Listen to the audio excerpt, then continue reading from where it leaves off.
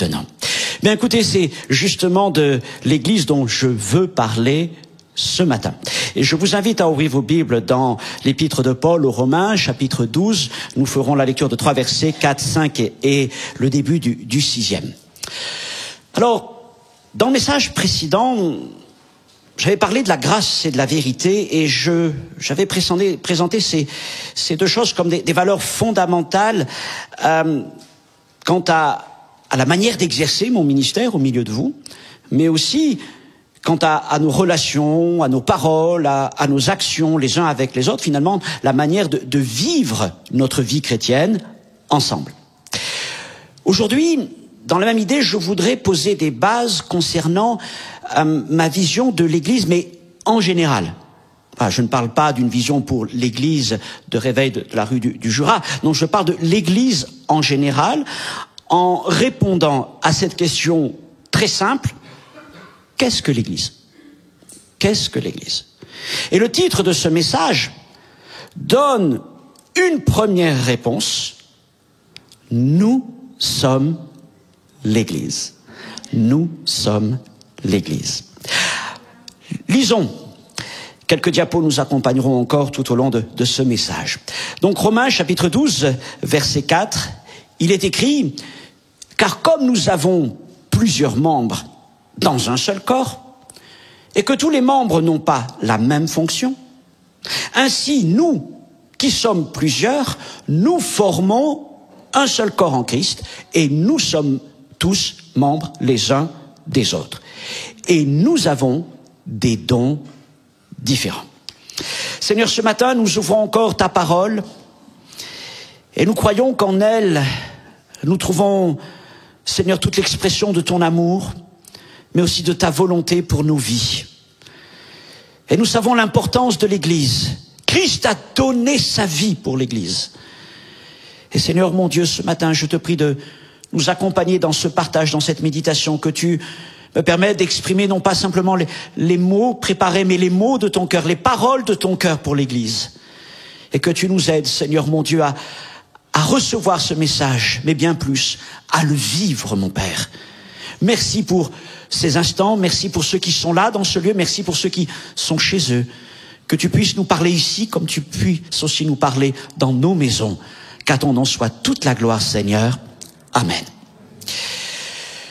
Le point avec lequel je voudrais commencer à parler de ce thème, nous sommes l'Église, c'est simplement ce premier mot, nous. Nous. On le trouve 5 fois dans les versets que nous venons de lire ensemble. Et ce petit mot est un véritable challenge à lui tout seul. Parce que dans un monde de plus en plus individualiste et même très égocentrique, rappelons-nous que Dieu a pour ce qu'il appelle au salut un projet collectif, que je pourrais même appeler corporatif, qui s'appelle l'Église. La vie chrétienne n'est pas une vie solitaire, mais c'est une vie avec d'autres frères et sœurs. Autrement dit, l'Église ne se conjugue jamais à la première personne du singulier. Nul ne peut dire « je suis l'Église ». Mais nous apprenons à vivre l'Église en la conjuguant à la première personne du pluriel. Nous sommes l'Église. Et mes frères et sœurs, mes amis, cette parole ne doit pas se résumer à un slogan, ou, je vais dire, à une punchline, comme on dit aujourd'hui, mais elle doit devenir la base de nos motivations et de nos actions. Et pour que nous puissions vivre ensemble l'Église, il nous faut pour cela nous débarrasser du jeu. Le jeu, J-E, est incompatible avec le nous. Renoncer à soi pour accueillir l'autre. C'est ce que nous dit ce verset de Philippiens, chapitre 2. Ne faites rien par esprit de parti ou par vaine gloire, mais que l'humilité vous fasse regarder les autres comme étant au-dessus de vous-même, et que chacun, au lieu de considérer ses propres intérêts, considère aussi ceux des autres. Et enfin, troisième chose, renoncer à soi, renoncer au jeu, c'est aussi le désir de former ensemble le nous qui plaît au Seigneur. Je ne viens pas dans l'assemblée pour moi-même, mais je viens pour Jésus et pour nous. Je viens pour nous. Et c'est ça qui est important. Parce que dans ce nous, réalisons que nous y puisons plus que ce que nous y apportons. Nous y trouvons de l'écoute, du soutien, de la consolation, de la force. Nous y apprenons aussi à supporter, à pardonner, à encourager, à servir, à aimer. Et toutes ces choses si précieuses de la vie chrétienne, ce n'est pas en restant dans mon entre-soi, je vais presque dire dans mon entre-moi, qu'elles se développeront dans ma vie, mais c'est au contact du nous de l'Église. Dieu a un projet collectif. Et sans l'Église, sans les frères et sœurs, je ne pourrais certainement pas aller au bout du projet de Dieu pour ma vie. Dieu a choisi l'Église comme moyen de sanctification et de croissance dans la foi. Nous et plus je. Deuxièmement, nous sommes l'Assemblée. Dans le Nouveau Testament, l'Église, c'est l'Ecclésia. C'est le mot grec, Ecclésia. Son sens étymologique, quand on décompose le mot, veut dire ceux qui sont appelés hors d'eux, hors du monde. Mais sa traduction la plus simple, c'est l'assemblée.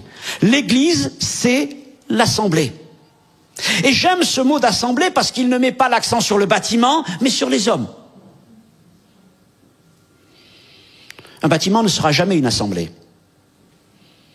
Mais les hommes n'ont pas besoin d'un bâtiment pour former une assemblée. Le Nouveau Testament utilise un autre mot. En l'occurrence, un verbe, synago, qui veut dire assemblée. Alors, il ne faut pas beaucoup d'imagination pour voir ce que synago a donné avec le temps. Synago est devenu synagogue. On le trouve déjà dans les Écritures de toute façon. Et parfois même, les deux mots sont juxtaposés, collés l'un à côté de l'autre, synago et ecclésia. Comme par exemple dans Actes 11, 26, où il dit que pendant toute une année, Barnabas et Saul se réunirent aux assemblées synagogues de l'Église, l'Ecclésia. Alors c'est vrai qu'aujourd'hui, l'Église fait référence au rassemblement des disciples de Jésus-Christ, tandis que, la synagogue fait référence, elle, au rassemblement des Juifs. De même, aujourd'hui, le mot Église, quand on évoque ce mot, il y a tout de suite une connotation religieuse. Ce n'était pas le cas à l'époque des apôtres. Parce que le mot avait une utilisation courante. Il désignait toutes sortes d'assemblées. On parlait de l'assemblée, par exemple l'ecclésia politique, l'ecclésia culturelle, l'ecclésia philosophique, mais aussi l'ecclésia religieuse. Et en quelque sorte, les disciples de Jésus-Christ formaient leur propre ecclésia au milieu de bien d'autres ecclésias. Et les caractéristiques de l'assemblée, de l'ecclésia des disciples de Christ, c'est qu'ils se réunissaient autour d'un nom, Jésus, d'un message, l'évangile, et d'une même espérance, la vie éternelle. C'était leur ecclésia, au milieu d'autres ecclésias. Mais l'ecclésia de Jésus-Christ, l'assemblée des chrétiens, avait une caractéristique particulière, c'était sa diversité. À l'époque des apôtres, on retrouvait dans l'église des juifs, et puis aussi des gentils, c'est-à-dire des disciples d'origine païenne. Alors il pouvait y avoir parmi eux des Grecs, des Romains, des Syriens, des Africains, et puis d'autres nationalités encore. Mais au sein de l'ecclésia chrétienne, il y avait aussi des hommes libres, et des esclaves. Et vous savez que dans l'Antiquité, il y avait beaucoup d'esclaves, malheureusement. Mais dans l'ecclésia chrétienne, il y avait aussi des cultivés, et puis des ignorants. Je reprends les mots de l'apôtre Paul. Parfois, il dit même des barbares. C'était le langage de l'époque. Et puis, n'oublions pas que dans l'ecclésia chrétienne, il y avait des hommes et des femmes. Et si j'insiste sur cela, c'est que c'est quelque chose d'unique. Car à l'époque, les ecclésias n'étaient pas des lieux de rassemblement, mais des lieux presque d'exclusion. Il fallait appartenir à tel groupe bien identifié, que ce soit une corporation professionnelle, que ce soit telle classe sociale. C'était en quelque sorte ce qu'on appellerait aujourd'hui des clubs fermés, n'est-ce pas? Mais l'Église de Jésus-Christ était autrement, c'est une assemblée complètement différente. Et aujourd'hui, nous voulons croire encore que l'Église n'est pas un club fermé, réservé à des gens avec un même profil. Mais l'Église doit rester un lieu de diversité, avec des gens d'arrière-plan religieux, différents culturellement, socialement. Comme dit l'apôtre Paul, nous sommes plusieurs. Nous sommes plusieurs. Il n'y a rien de plus éloigné de la volonté de Dieu que des églises qui se forment autour d'une base ethnique, sociale, culturelle ou générationnelle. Mais la diversité ou la pluralité ne rendent évidemment pas les choses très faciles. Oh, c'était déjà le cas à l'époque des épîtres. Regardez, bien des fois, l'apôtre Paul est obligé d'essayer d'encourager les disciples d'origine juive et les disciples d'origine païenne à se retrouver ensemble, parce qu'évidemment, ils n'avaient pas la même appréciation de la vie, la même culture, les mêmes pensées. Donc il fallait que, ils puissent faire un effort les uns vis-à-vis des autres. On pourrait dire, mais c'est plus facile de se rassembler quand on se ressemble. C'est peut-être vrai, mais c'est assez triste quand même. Alors ne pensons pas que la diversité nous fragilise. La diversité est certes un défi, mais elle est une force. Elle nous renforce de toute la richesse, de toutes les expériences, de toute la culture de ceux qui sont différents de nous. Et je veux dire, c'est vrai que ça peut étonner même ceux qui viendraient nous visiter pour l'une des premières fois. Ils pourraient se demander, mais comment des gens si différents les uns des autres, des blancs, des noirs, des métis, toutes les nations de la terre, des riches, des moins riches, tout ce que vous voulez, mais comment se retrouvent-ils ensemble? Et pas simplement qu'une seule fois, mais semaine après semaine. Comment se saluent-ils en s'appelant frères et sœurs? Il est évident que s'il n'y avait pas Jésus-Christ dans ce monde, nous saluerions peut-être même pas les uns les autres. Mais ici, nous échangeons quand nous pourrons, ce que Paul appelle des saints baisers. Et les gens qui nous visitent peuvent être étonnés de cela, parce qu'il n'y a rien de commun dans ce monde à l'Église de Jésus-Christ. Alors oui, nous sommes plusieurs. Mais malgré tout, nous formons une seule assemblée. Il n'y a pas, j'y reviens, j'insiste un petit peu, mais il n'y a évidemment pas l'assemblée des Blancs, il n'y a pas l'assemblée des Noirs, il n'y a pas l'assemblée des jeunes, il n'y a pas l'assemblée des plus âgés. Mais comme Paul l'écrit dans ce merveilleux verset de Galates 3, 28, il n'y a plus ici ni juif ni grec, ni esclave ni libre, ni homme ni femme, car vous êtes un en Jésus-Christ. Jésus est venu pour abolir et renverser tous les murs de séparation.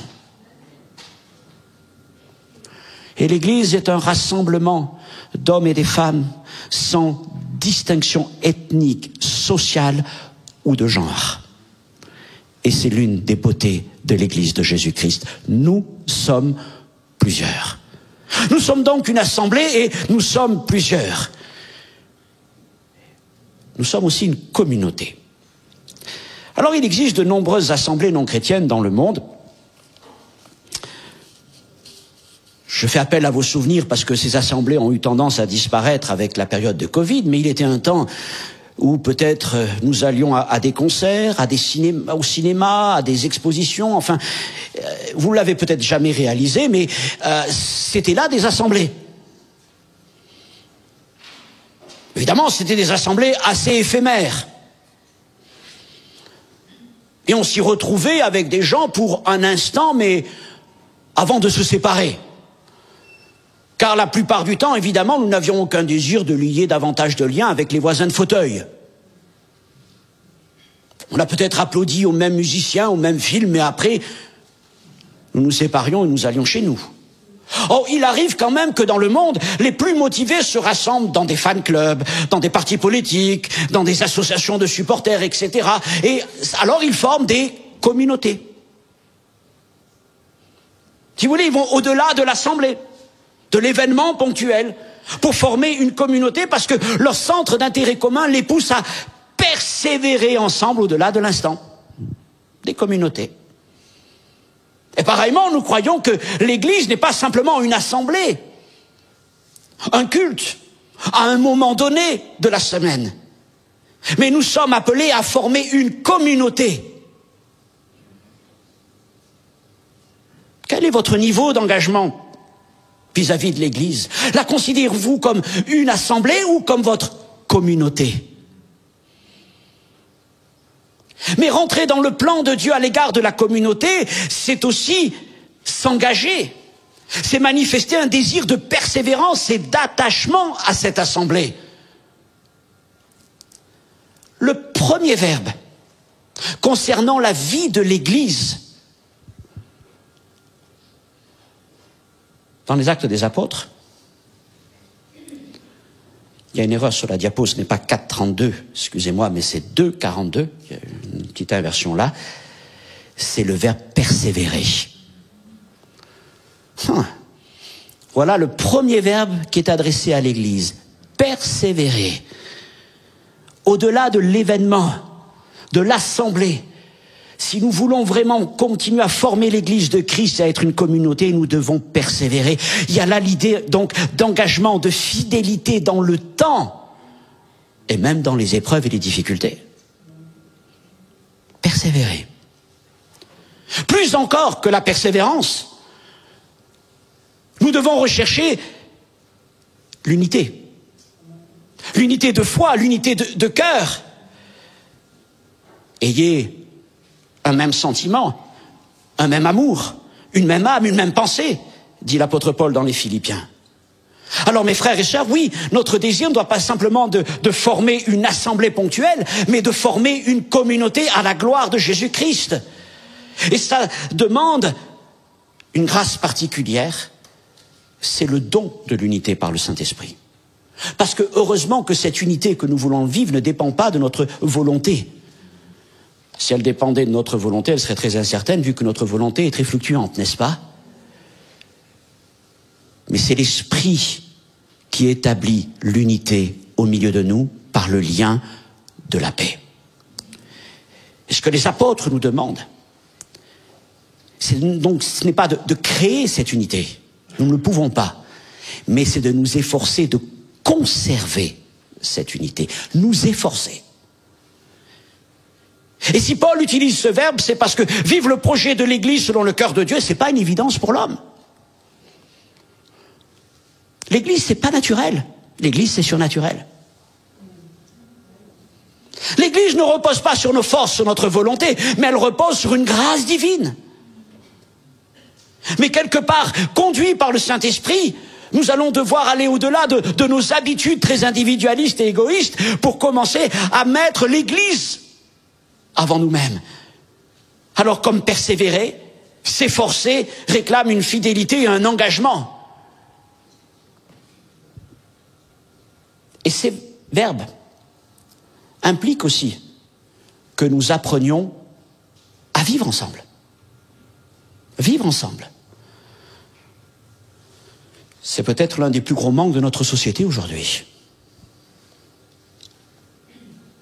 Nous n'apprenons plus à vivre ensemble.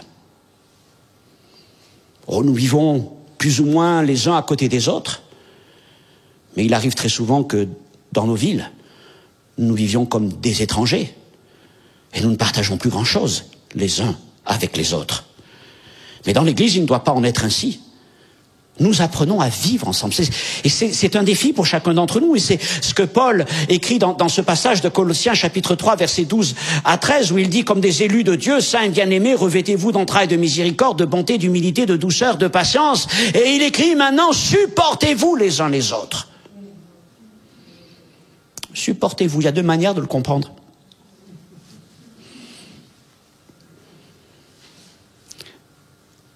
On va supporter. C'est pas facile, hein? Mais pour la cause de Christ, on va se supporter. Et puis, Paul a écrit, si l'un a sujet de se plaindre de l'autre, pardonnez-vous réciproquement. Et puis, il y a aussi supporter. On s'encourage. On est supporters l'un de l'autre. Et ça, c'est une meilleure manière de se supporter, n'est-ce pas? En tout cas, il nous faut apprendre à vivre ensemble. Et lorsque cette unité que l'Esprit nous donne est préservée, qu'elle est entretenue, elle est si puissante au milieu de nous qu'elle fait de notre communauté un corps. Nous devenons un corps. Comme Paul l'écrit, nous formons un seul corps.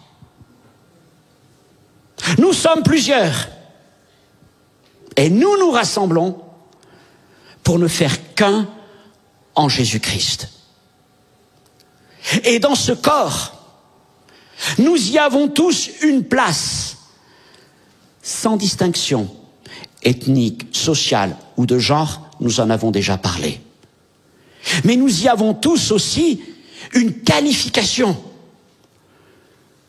Paul écrit, nous avons des dons différents, Romains 12, 6. Et nous y avons tous aussi une fonction particulière. Tous les membres n'ont pas la même fonction. Donc nous faisons partie du corps de Christ. Et nous avons une place, nous avons une fonction, nous avons une qualification. Mais c'est exactement ce qui se passe dans notre corps. Chaque membre, visible ou invisible, chaque organe de notre corps occupe une place qui lui est propre, et il ne peut pas être ailleurs que là où il a été prévu.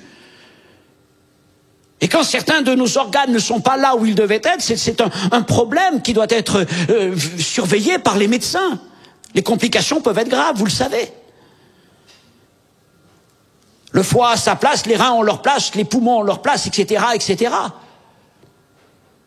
Et puis, ils ont été tous conçus aussi avec une qualification particulière.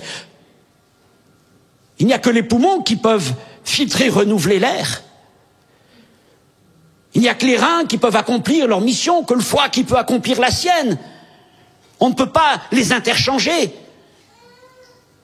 Et ils ont une fonction dans le corps, parce qu'ils ont été préparés pour cela. Eh bien, c'est pareil dans l'Église. Si nous disons vouloir vraiment vivre le projet de Dieu pour nos vies, alors nous ne pouvons pas simplement considérer l'Église comme un lieu d'assemblée dans lequel nous venons, nous nous réjouissons et puis nous repartons. Mais nous comprenons que nous sommes là, placés par le Seigneur pour y trouver une place. Et nous y sommes avec une qualification, et nous y sommes avec une fonction. Et ça ne se réduit pas simplement aux pasteurs et à quelques-uns dans l'Église, mais c'est le cas pour chacun d'entre nous. Chacun a une place, une qualification et une fonction dans le corps de Christ.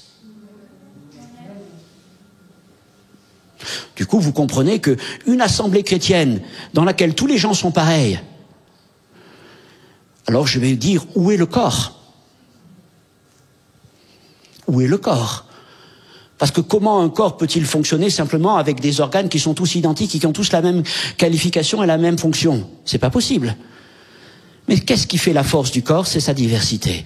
Qu'est-ce qui fait la force de l'Église? C'est sa diversité. Et dans ce corps, nul n'est suffisant. 1 Corinthiens 12, 21, l'œil ne peut pas dire à la main, je n'ai pas besoin de toi, ni la tête dire aux pieds, je n'ai pas besoin de vous. Nul n'est suffisant. Nul ne peut dire, sans moi, l'Église ne peut pas fonctionner. Laissez-moi la place, j'arrive. Non, ça c'est pas le langage de l'Église, c'est pas le langage du corps. Nul n'est suffisant, mais de l'autre côté, nul n'est insignifiant. C'est le verset suivant. Je lis dans la Semeur, les parties du corps qui nous paraissent insignifiantes sont particulièrement nécessaires. Nous avons donc dans ce corps tous une place, une qualification, une fonction. Nul n'est suffisant et nul n'est insignifiant. Ma prière, c'est que vous tous qui êtes présents et vous tous qui nous regardez ce matin, vous puissiez vraiment intégrer déjà ces points. Mais que vous puissiez rentrer aussi dans cette logique et dans cette dynamique de l'Église corps.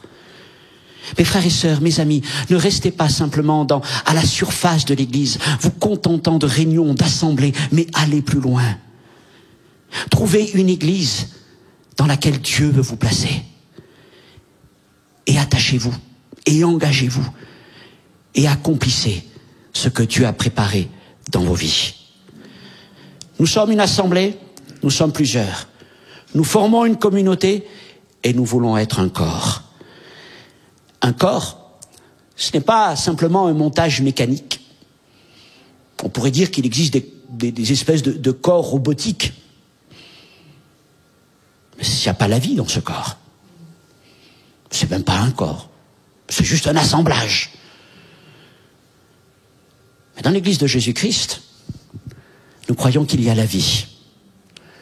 Et pour que cette vie se manifeste, il doit y avoir un désir de communion fraternelle. Le point suivant, nous valorisons la communion fraternelle. Romains chapitre 12, verset 5, quel merveilleux verset, n'est-ce pas? Nous sommes tous membres les uns des autres. Je reviens à Acte 2, verset 42, dont je parlais tout à l'heure, où il est question de ces 4 piliers de la vie chrétienne, et pasteur Jean-Paul en parlait la semaine dernière. Il dit qu'il persévérait dans l'enseignement des apôtres, dans la communion fraternelle, dans la fraction du pain et dans les prières. Et c'est vrai qu'en ce moment, sur les 4, il y en a 3 qui sont vraiment malmenés. C'est la communion fraternelle, la fraction du pain et les prières, en tout cas les prières de l'assemblée. Et le fait qu'ils soient éprouvés nous amène à considérer toute leur valeur. La valeur de la fraction du pain, la valeur des prières communautaires, mais aussi la valeur de la communion fraternelle. Et c'est sur elle que je veux m'arrêter un instant. Peut-être simplement pour dire d'abord que si aujourd'hui nous mesurons notre besoin de communion fraternelle, l'avons-nous valorisé comme nous aurions dû le faire dans les temps passés? Mais si je suis le schéma d'Acte 2, 42, je vois que la communion fraternelle est citée en seconde, après l'enseignement de la parole. Elle est donc citée même avant la fraction du pain et avant les prières. Je ne suis pas en train de dire qu'elle est plus importante que les 2 qui suivent, mais je dis qu'elle est tout aussi importante que les 3 autres et qu'elle devrait trouver pleinement sa place dans le culte que nous rendons au Seigneur. Autrement dit, pour moi, si dans le culte, dans nos assemblées, il y a un temps pour la parole, il y a un temps pour la fraction du pain, il y a un temps pour la prière, il devrait y avoir pareillement un temps pour la communion fraternelle. Devrais-je dire qu'il devrait y avoir 25% du temps pour la communion fraternelle? Il devrait y avoir 25% de nos espaces pour la communion fraternelle, 25% de nos programmes, de nos budgets, de tout ce que nous voulons organiser qui soit centré sur la communion fraternelle. Et j'en arrive à me demander aussi si beaucoup de nos églises qui parfois ont de la peine à se développer ou à se maintenir, ne souffrent-elles pas d'une carence en communion fraternelle? Je crois que la communion fraternelle a cette vertu de nous rapprocher les uns des autres. Et c'est un temps tout aussi spirituel que d'organiser après le culte un temps de communion fraternelle où les gens ne sont pas simplement là en train de dire bonjour, au revoir. Tout aussi spirituel que la louange, l'adoration, la prédication. Parce que nous allons mettre en œuvre ce que nous avons entendu, ce que nous avons reçu du Seigneur. Nous allons prendre le temps de nous encourager, de nous consoler. Nous allons prendre le temps peut-être de prier les uns pour les autres, de veiller les uns sur les autres. Je suis convaincu que si nous apprenons à mettre plus d'emphase sur la communion fraternelle, nous allons voir nos églises prospérer davantage. Alors pour souligner son importance, je reviens à mon corps, puisque c'est non cela Paul parle. Le corps. Réalisez que les membres de nos corps ne sont pas reliés directement à la tête. Mon pied n'est pas relié directement à la tête, etc., etc. Mais les membres visibles et invisibles de mon corps sont avant tout reliés ensemble. Mon pied est lié à ma cheville, qui est lié à ma jambe, etc., etc. Et c'est le corps dans son ensemble qui est ensuite relié à la tête par le cou. Et l'idée, c'est finalement qu'on ne peut pas dire, Seigneur, moi, ce qui importe, c'est que je sois attaché à la tête. Parce que c'est pas le projet de Dieu. Évidemment, nous sommes attachés à Christ. Mais nous sommes attachés à Christ en étant d'abord attachés les uns aux autres. Je m'attache à mon frère, je m'attache à ma sœur, qui s'attache à moi, et ensemble, nous sommes attachés à Christ. Nous sommes attachés à Christ. Ça veut dire que dans ma vision de l'Église ou du culte ou de l'assemblée, je ne peux pas dire simplement, eh bien, Seigneur, ce qui est important, c'est ma communion spirituelle avec toi, c'est que je puisse te louer, t'adorer, c'est que tu puisses me parler pour ma vie. Je vais vous dire, c'est un culte assez égoïste qui ne plaît pas forcément au Seigneur. Je laisse le jeu à la porte. J-E, le mon, le moi, le tout ce que vous voulez. Mais dès que je franchis le seuil du bâtiment, nous retrouvons, je vais dire l'église, hein. Mais c'est avec le nous. Peut-être même nous devrions apprendre à vivre toute notre vie avec l'idée du nous. Mais ici, c'est le nous qui vient en premier. Et il nous faut donc essayer ensemble de développer ce sens de la communion fraternelle, c'est-à-dire apprendre à nous encourager les uns les autres, à nous réjouir, à pleurer, à partager, à nous servir les uns les autres, à veiller les uns sur les autres, à prendre soin des plus faibles, des plus petits, etc., etc. On pourrait multiplier, il y a tant d'exhortations qui sont données dans ce sens-là. Et quand je parlais tout à l'heure de place, de qualification, de fonction dans l'Église, je veux rajouter maintenant un point dans cette idée, c'est que nous ne pouvons pas simplement dire l'important c'est que j'ai mon service. Ah oui, j'ai ma place, j'ai ma qualification, j'ai ma fonction, je fais mon job. Non, c'est pas comme ça que nous pouvons fonctionner. Mais nous devons nous rappeler que nous sommes un membre au milieu du corps. Et que mon pied ne peut pas décider seul de faire ce qu'il a envie de faire. N'est-ce pas? Sinon, c'est une maladie. Quand le système nerveux s'en va et sa structure, enfin je ne sais plus comment on dit, c'est terrible. Non, dans l'Église, nous y servons en relation avec des frères et des sœurs. Une idée d'interdépendance, une idée de mutualité.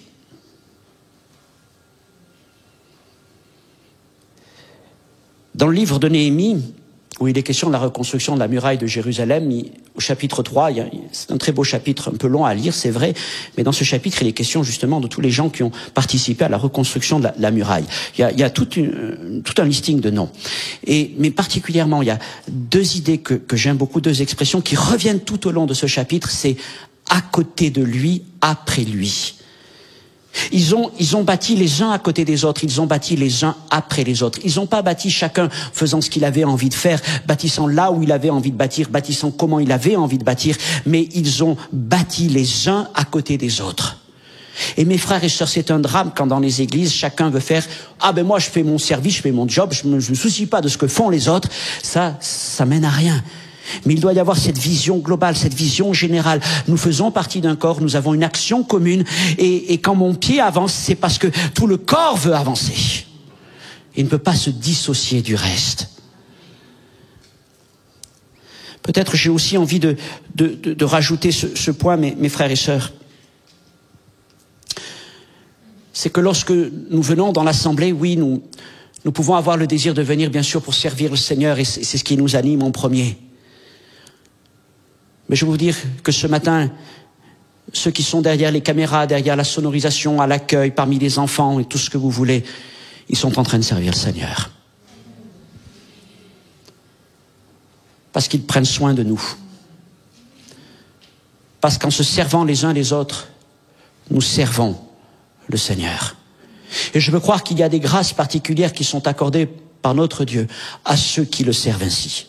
Bien sûr, il ne s'agit pas de chaque semaine servir dans ces fonctions-là, mais de savoir répartir la tâche. Et je vais vous dire, il y a un moment où nous ne pourrons pas grandir non plus dans la foi et dans la vie chrétienne si nous n'apprenons pas à servir nos frères et nos sœurs dans l'assemblée. Pour parvenir à cette communion fraternelle, il va nous falloir plus que conserver l'unité de l'esprit par le lien de la paix. Mais nous sommes plutôt maintenant appelés à tendre vers le lien de la perfection.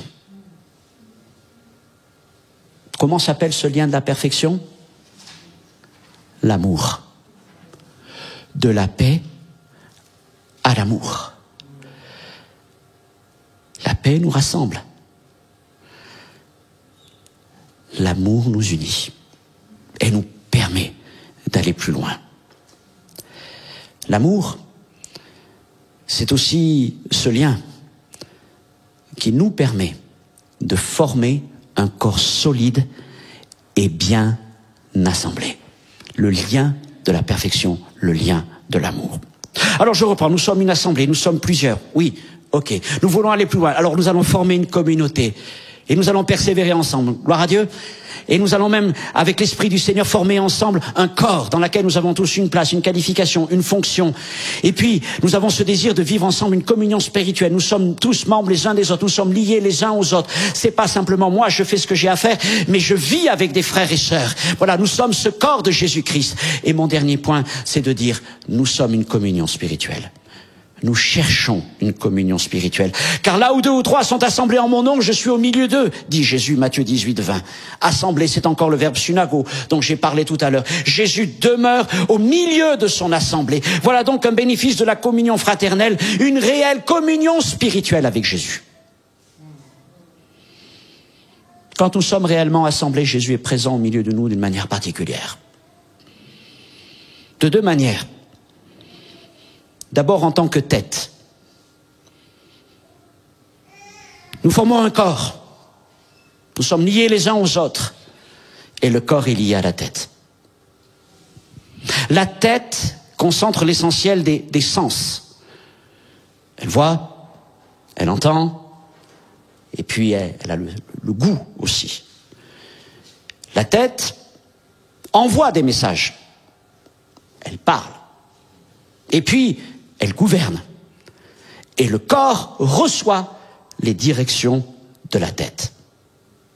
Mes frères et sœurs, bien des choses concernant notre vie, notre marche avec Dieu, ne se découvriront que dans l'assemblée.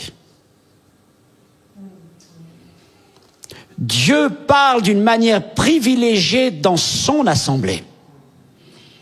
Par sa parole, par les dons spirituels, mais aussi par des frères et des sœurs. Il équipe, il console, il encourage, il redresse quand il le faut. Mais l'Église est le lieu favorable et privilégié pour la manifestation des dons d'édification.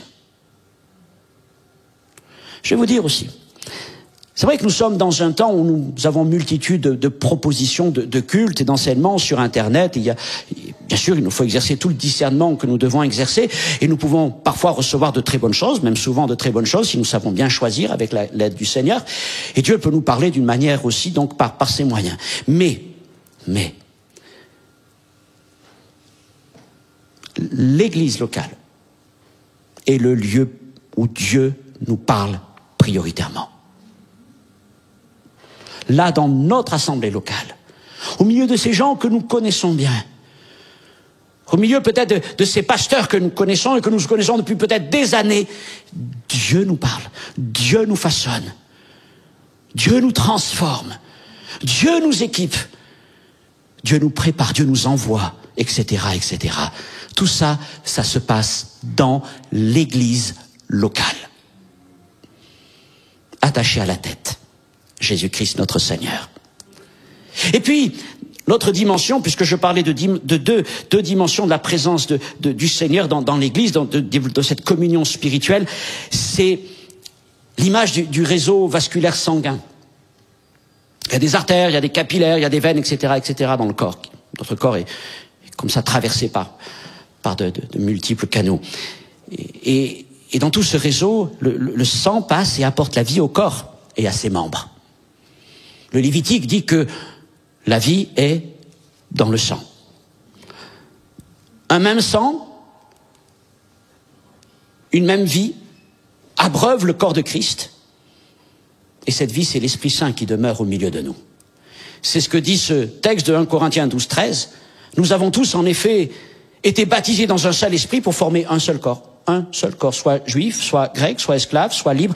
Et nous avons tous été abreuvés d'un seul esprit. C'est l'esprit qui nous a réunis, c'est l'esprit qui nous abreuve. La première fois que je suis revenu dans une assemblée après le long confinement du printemps et de l'été dernier, quel moment béni ce fut pour moi. Comme beaucoup d'entre vous, j'avais suivi des cultes sur Internet, j'avais même prêché, enseigné plusieurs fois. Mais les premières fois que je suis retourné dans une assemblée, il y avait peut-être là que quelques frères et sœurs, il n'y avait pas beaucoup de moyens, mais il y avait une présence de l'Esprit. Ah oui, Seigneur, c'est vrai. C'est incomparable. Cette présence-là de l'Esprit, qui ne se trouve que dans ton Église, que dans l'assemblée des frères et sœurs. Je ne remettais pas en cause ma piété, ma foi, mes temps de prière, mais je disais, Seigneur, que c'est merveilleux de pouvoir se retrouver ensemble. Et c'est là que je me rappelle que Paul écrit dans Éphésiens 1, 23 que Christ est la plénitude de celui qui remplit tout en tous. Il y a donc une plénitude particulière de Christ dans l'Église. Christ remplit l'Église bien au-delà de nous-mêmes. Et finalement, j'ai tant besoin aussi de ce que mes frères et sœurs apportent et de ce qu'ils me communiquent de la part de l'Esprit. Et ensemble, nous sommes là plongés, nous sommes abreuvés du Saint-Esprit. J'ai besoin de l'Église. J'ai besoin de la communauté. J'ai besoin de la communion fraternelle. J'ai besoin de la communion spirituelle. Seigneur, je viens dans ton Église et ensemble, nous allons à ta rencontre. Et tu viens à la nôtre. Qu'est-ce que l'Église? C'était ma question du début. Et en synthèse, je veux simplement rappeler tout ce que nous avons dit, que j'ai répété au fur et à mesure. Oui, l'Église, c'est pas je, c'est nous. Nous sommes une Église, c'est un projet collectif. Nous sommes l'Assemblée de Christ, une assemblée où nous sommes plusieurs, différents, avec le désir de former aussi une communauté. Nous persévérons, nous nous efforçons, nous nous engageons à travers les temps. Et cette communauté va devenir un corps dans lequel nous sommes liés les uns aux autres, dans lequel nous trouvons chacun une place, une qualification, une fonction. Nul n'est suffisant, nul n'est insignifiant. Et nous valorisons aussi la communion fraternelle. L'Église, c'est pas simplement un lieu où on vient prier. L'Église, c'est pas simplement un culte. L'Église, c'est un lieu de vie. J'ai besoin de toi, mon frère. J'ai besoin de toi, ma sœur. Tu as besoin de moi. Ensemble, nous grandissons. Et ensemble, nous sommes le lieu favorable où l'Esprit du Seigneur agit. Alors, je finis par cette parole. Nous connaissons bien ce texte d'Hébreux 10, 25 qui dit tout simplement « N'abandonnons pas notre assemblée ». C'est pas là un reproche, mais au vu de tout ce que nous avons vu, j'ai envie de dire réalisez que l'Église, c'est le projet de Dieu pour votre vie.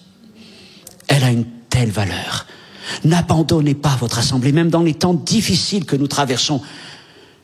Attachez-vous à l'Église. Vous vous attachez au programme vidéo, c'est super. Mais priez que bientôt nous puissions nous retrouver ensemble. Parce que nous en avons besoin. Et aimons l'assemblée comme Christ l'a aimée, au point de donner sa vie pour elle. Alléluia.